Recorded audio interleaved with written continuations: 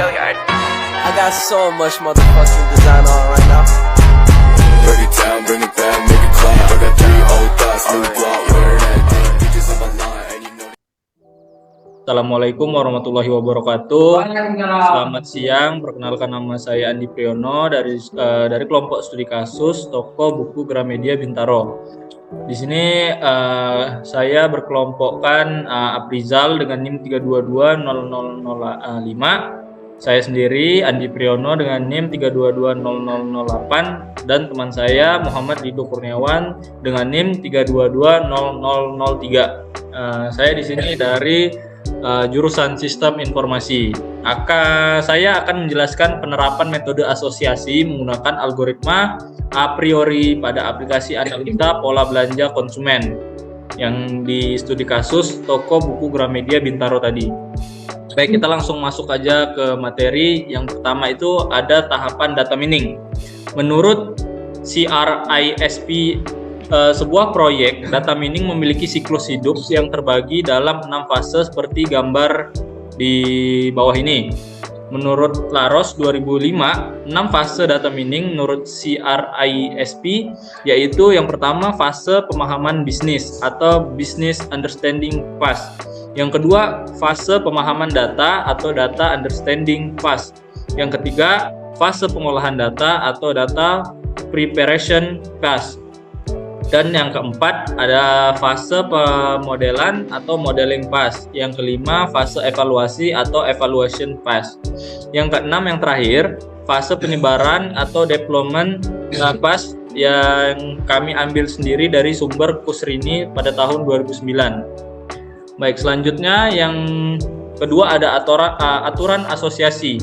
Ide dari aturan asosiasi adalah untuk memeriksa sebuah kemungkinan hubungan if then antar item dan memilih hanya yang paling mungkin atau most likely sebagai indikator dari hubungan ketergantungan antar item.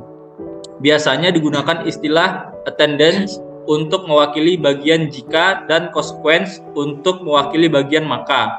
Dalam analisis ini, attendance dan consequence adalah kelompok item yang tidak punya hubungan secara bersama. Ya, ini menurut Santosa pada tahun 2007. Selanjutnya, metodologi dasar aturan asosiasi terbagi menjadi 2 tahap menurut Kusrini tahun 2009, yaitu yang pertama, analisis pola frekuensi tinggi. Tahap ini mencari kombinasi item yang memenuhi syarat minimum dari nilai support dalam database. Nilai support atau penunjang yaitu persentase item atau kombinasi item yang ada pada database. Nilai support sebuah item diperoleh dengan rumus berikut.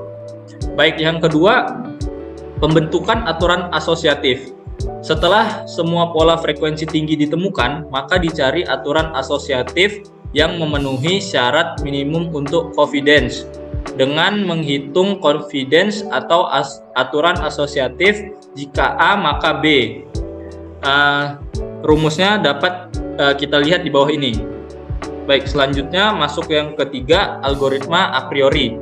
Algoritma a priori adalah salah satu algoritma dasar yang diusulkan oleh Agrawal dan Srikan pada tahun 1994 untuk menemukan frequent item set pada aturan asosiasi boolean.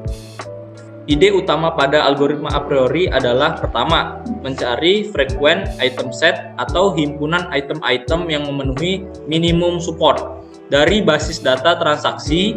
Kedua, itu menghilangkan item set dengan frekuensi yang rendah berdasarkan level minimum support yang telah ditentukan sebelumnya.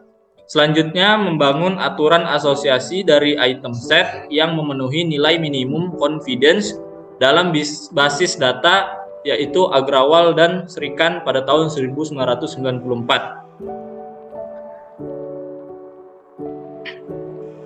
Selanjutnya, untuk membentuk kandidat item set ada 2 proses.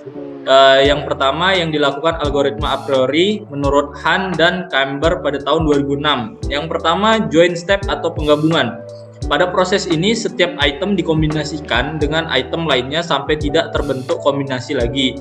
Selanjutnya, langkah yang kedua ada prone step atau pemangkasan. Pada proses ini hasil dari item yang dikombinasikan tadi kemudian dipangkas dengan menggunakan minimum support yang ditentukan oleh user. Baik, selanjutnya akan dilanjutkan oleh teman saya. Berikut adalah proses pseudocode dari algoritma a priori ADWAL 2014. Di sini ada bermacam keterangan dari prosedur a priori algoritma.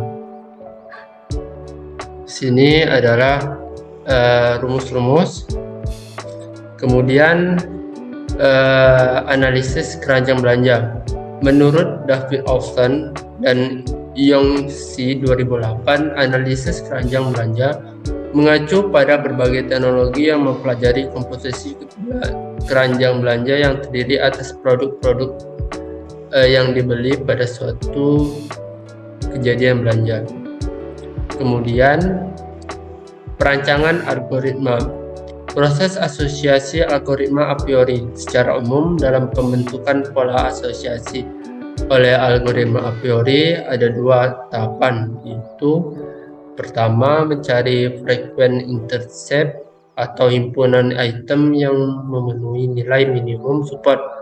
Kedua, membentuk pola asosiasi dari frequent item set yang telah didapat dengan menggunakan nilai confidence. Kemudian berikut adalah bagian dari atribut algoritma a priori. Yang pertama adalah nilai support atau nilai penunjang, mempresentasikan kombinasi item dalam database. Yang kedua adalah nilai confidence atau nilai kepastian, yaitu kuatnya hubungan antar item dalam aturan asosiasi. Yang ketiga, item set atau item set, himpunan item-item yang ada dalam transaksi. Kemudian K, item set yang berisi K item, misalnya tanda kurung awal the gula dalam sebuah item set. Yang kemudian kandidat item set atau CK, yaitu calon K item set dari data transaksi. Kemudian ada frequent K item set atau LK, yaitu item set yang memiliki frekuensi kemunculan lebih dari nilai minimum yang telah ditentukan. Yang kedua adalah cara kerja algoritma a priori. Dari data transaksi penjualan toko buku Gramedia diambil sebanyak 12 data transaksi sebagai sampel untuk penerapan algoritma a priori dalam pembentukan pola asosiasi untuk menganalisis pola belanja konsumen di toko buku tersebut.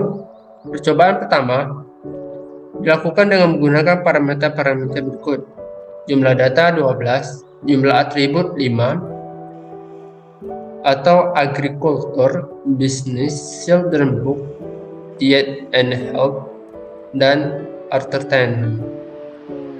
Kemudian ada nilai minimum support, itu adalah 2.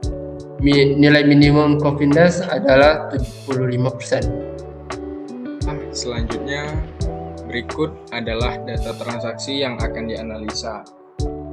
Tabel 2 data transaksi ini dapat dilihat pada tabel berikut ini.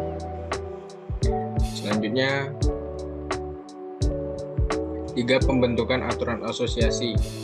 Untuk pembentukan aturan asosiasi, frequent item set yang telah didapat akan dibentuk menjadi pola jika A, maka B, A sampai B, dan akan dicari nilai confidence masing-masing pola tersebut dengan rumus yang ada di bawah ini. Sebagai contoh, perhitungan nilai confidence, aturan asosiasi, bisnis, children book, sampai entertainment adalah confidence dari bisnis, children's book, sampai entertainment.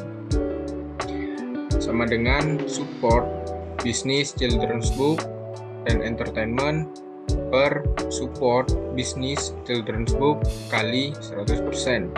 sama dengan 2/2 kali 100% sama dengan 100%. Confidence, business entertainment sampai children's book, kemudian support business children's book entertainment per support business entertainment kali 100% sama dengan 2/2 kali 100% sama dengan 66,67%. Aturan asosiasi yang diambil adalah aturan asosiasi yang memenuhi nilai minimum confidence telah ditetapkan sebelumnya, yaitu 75%, sehingga didapat aturan asosiasi sebagai berikut. Dapat diperhatikan pada tabel berikut ini. Selanjutnya 4. Flowchart algoritma a priori. Flowchart pada algoritma a priori ini dapat dilihat pada gambar di sini. Yang kelima yaitu perancangan UML. Pada gambar di bawah ini merupakan use case diagram usulan yang menggambarkan kegiatan-kegiatan pada aplikasi dan dapat diperhatikan pada gambar di bawah ini. Selanjutnya yaitu berikut adalah kelas diagram dari aplikasi yang akan dibangun. Dan dapat kita lihat lagi pada gambar di berikut ini, yaitu ada terdiri dari user, transaksi penjualan, produk, dan kategorinya. Perancangan database dalam penyimpanan data, penulis menggunakan MySQL database. Struktur database pada aplikasi analisa pola belanja terdiri dari pada gambar di bawah ini. Dan terakhir yaitu kesimpulan dan sarannya. Kesimpulannya adalah penerapan algoritma a priori dalam penelitian ini adalah untuk mencari kombinasi item terbanyak berdasarkan data transaksi dan kemudian membentuk pola asosiasi dari kombinasi item tersebut. Dan sarannya itu diharapkan pada pengembangan selanjutnya menggunakan algoritma lain untuk mendapatkan hasil yang lebih optimal. Tidak hanya mempertimbangkan waktu, tetapi juga mempertimbangkan akurasi pola yang dihasilkan dan dapat memproses data dalam jumlah yang besar. Baiklah, itu saja presentasi dari kelompok kami. Apabila ada kekurangan kami mohon maaf. Wabillahi taufiq wal hidayah. Wassalamualaikum warahmatullahi wabarakatuh.